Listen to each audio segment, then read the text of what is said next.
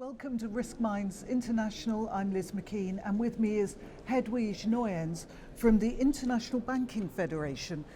Hedwige, what are the key challenges of diverging cross-border regulations, a topic that you've been speaking about here? Yes, absolutely. I really see that since a number of changes at the political level, we fear that there might be divergence on regulations. We've been striving for a level playing field for many, many years, with the Basel Committee taking huge reforms. We think that now perhaps there will be some divergence in different parts of the world. We see that in Europe, we see that in the US. We also see China coming up with a new desire to rule the world from their perspective.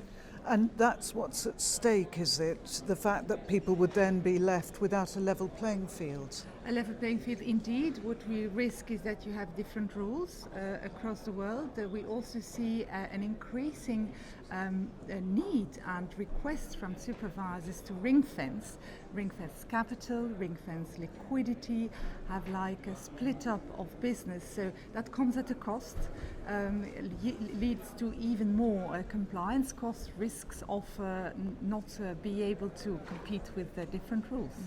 We have a Trump presidency in prospect. What impact could that have? Yeah, well, still to be seen what Trump is going to do in practice. What we saw immediately after the election is not at all a collapse on the markets, what some people were fearing. So we saw quite a good reaction in terms of banks and banking industry. So perhaps indeed in the US there will be a possibility to see amongst the whole regulatory reform that we have seen whether some parts could be rediscussed. I think some parts in terms of international banks, but also some parts in terms of community banks. So very, very interesting to be seen what is going to happen in the next coming months. And what about the possibility of deregulation? Yes, that's exactly what is going to happen. I think this is the debate in the US with the Trump administration. I think there will also be some calls in Europe. We see that with the Basel IV decisions which struggle to terminate, to finalize, and where some countries in Europe say perhaps we've gone too far and we should readjust some of the capital measures, some of the liquidity measures, and I think that's a good thing.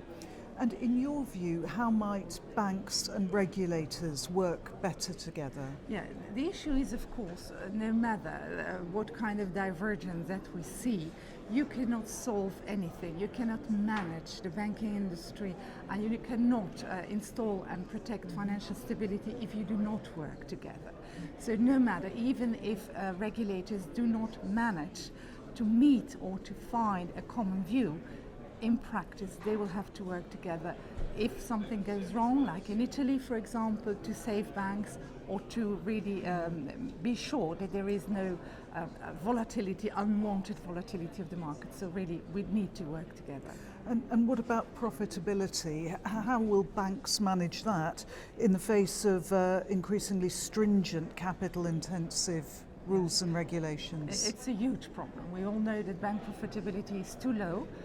We also see some divergence on the worldwide level. So in the US, banks have managed to rebound quicker and regain profitability at somewhat acceptable level. Europe will lag behind, so measures will have to be taken. We hope, European banks hope, that with artificial intelligence, new technologies, fintech, some of the profitability could be regained, but it is a major challenge. All right. Hedwige Nuyens, lovely speaking to you. Thanks very much indeed. My pleasure.